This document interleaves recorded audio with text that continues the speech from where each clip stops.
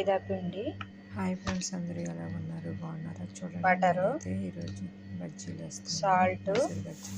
చూడండి, బజ్జీలకు పెరిగి, కావాల్సిన సామాను: బటరు, చూడండి మైదా మైదా పిండి, పిండి, సాల్ట్,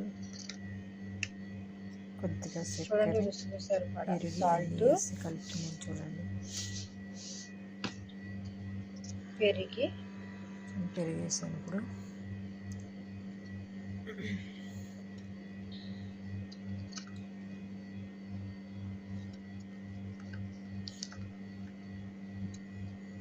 పెరుగు వేసిన తర్వాత బటర్ వేసుకుందాం.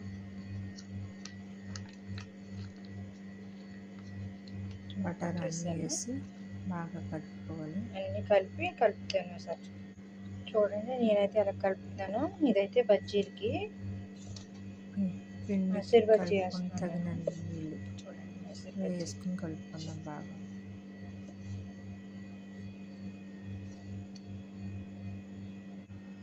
చూడండి, నేనైతే కలిపేసుకున్నాను పిండి. అలా పిండి చూడండి, బజ్జీలకి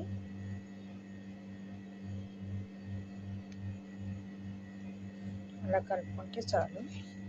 పిండి అయితే కలిపేసింది. చూడండి, పిండి జాగ్రత్తకి ఆయిల్ వేసుకుంటాను. నేనైతే బటర్ వేసుకున్నాను. అల్లం చట్నీ ఆయిల్ కూడా వేసుకోవచ్చు. చూసారా, అలా రావాలి. కొద్దిసేపు మగ్గనిద్దాము. అల్లం చట్నీకి కావాల్సిన పదార్థాలు: ఎండుమిరపకాయలు, అల్లము, ఎల్లుల్లిపాయలు, చింతపండు వేసి బాగా అన్ని నూనెలో మగ్గనిచ్చిన తర్వాత చూడండి, మిక్సీ జార్లో వేసుకొని మిక్సీ పెట్టుకుని చూడండి, అల్లం చట్నీ చేసాను. ఇప్పుడైతే అల్లం చట్నీ బజ్జీలు వేసుకున్నాం. చూడండి, గంట పాటు ఇంటి పక్కన పెట్టి అలాగా పైకి కొంచెం బజ్జీల పిండి అయితే ఆయిల్ పెనం పెట్టుకుని ఆయిల్ వేసుకొని ఆయిల్ అయితే బజ్జీలు వేసుకుందాం. చూడండి,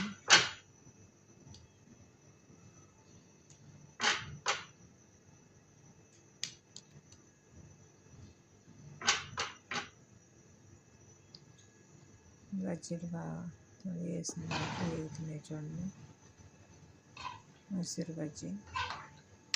మీలో ఎంతమందికి ఇష్టం మైసూర్ బజ్జీ అంటే కామెంట్లో కామెంట్ చేయండి.